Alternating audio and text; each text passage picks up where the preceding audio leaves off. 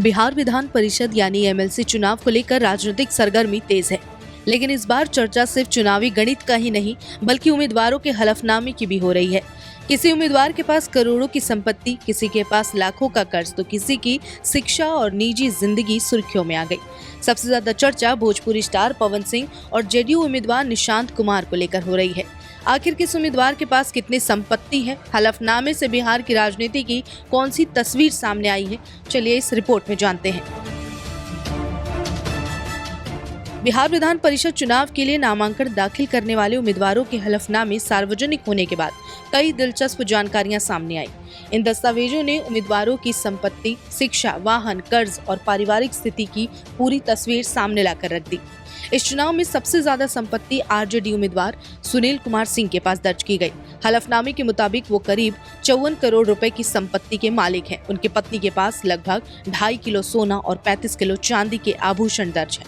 ऐसे में संपत्ति के मामले में सुनील कुमार सिंह सभी उम्मीदवारों से काफी आगे नजर आए।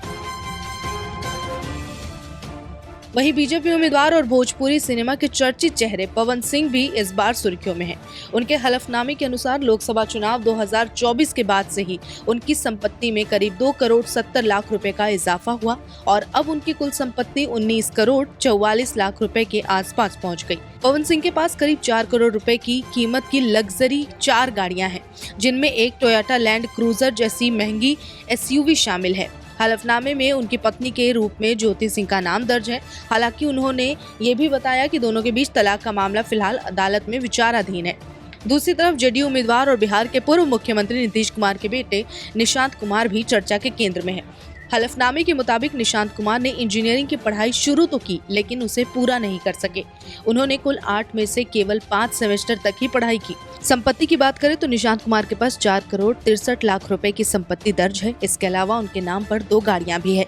राजनीति में सक्रिय भूमिका से लंबे समय तक दूर रहने वाले निशांत कुमार का ये हलफनामा इसलिए भी चर्चा में है क्योंकि पहली बार उनकी शैक्षणिक पृष्ठभूमि और संपत्ति को लेकर विस्तृत जानकारी सार्वजनिक की गई।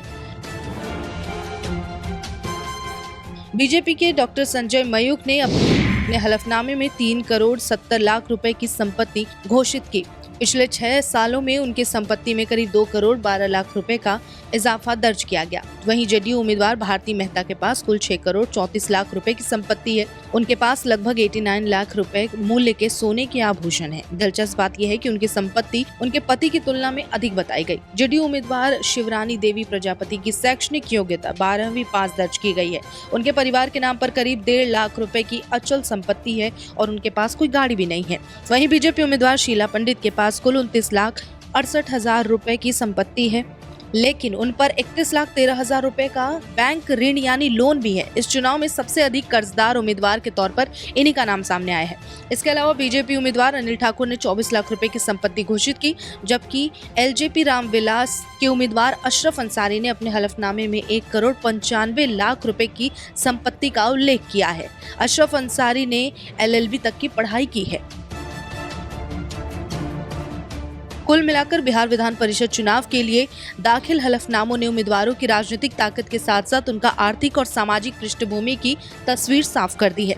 करोड़ों की संपत्ति से लेकर लाखों के कर्ज तक और अधूरी पढ़ाई से लेकर लग्जरी गाड़ियों तक इस बार एमएलसी चुनाव में उम्मीदवारों के हलफनामे चुनावी बहस का बड़ा मुद्दा बन गए। अब देखना होगा कि इन खुलासों का असर मतदान और राजनीतिक समीकरणों पर कितना पड़ता है। निष्पक्ष मतलब न्यूज़ 24